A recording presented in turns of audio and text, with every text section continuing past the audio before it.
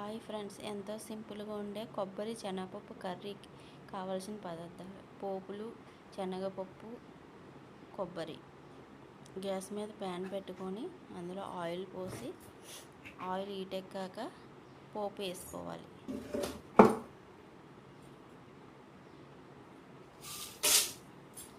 పోపు బాగా వేగాక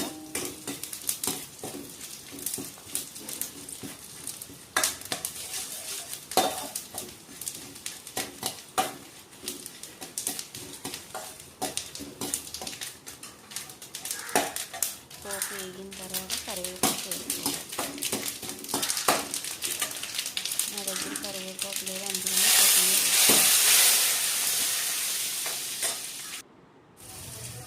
ఇప్పుడు అల్లం వెల్లుల్లి పేస్ట్, కొబ్బరి వేసి బాగా ఫ్రై చేయాలి.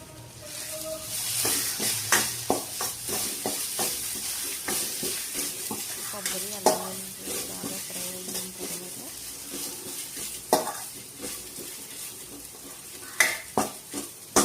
5 నిమిషాలు మూత పెట్టి వదిలేస్తే బాగా వేగుద్ది. అల్లం వెల్లుల్లి పేస్ట్ వేగిన తర్వాత సాల్ట్ వేయాలి.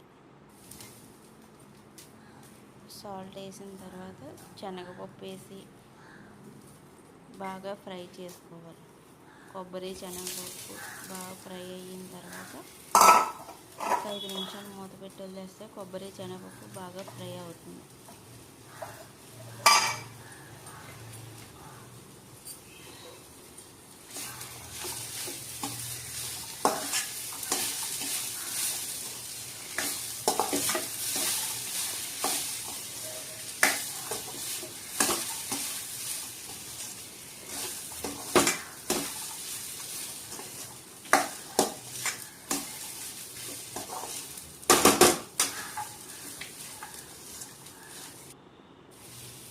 కొబ్బరి, శనగపప్పు వేగిన తర్వాత మీకు సరిపడా కారం వేసుకోవాలి.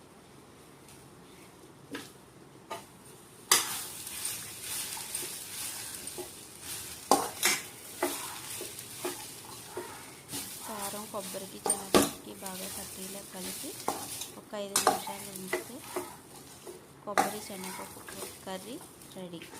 వేడి వేడి అన్నంలో కొంచెం నెయ్యి వేసుకొని తింటే సూపర్ ఉంటుంది. ఒక 5 నిమిషాలు చూస్తే ఇలాగ అవుతుంది. మీకు నచ్చితే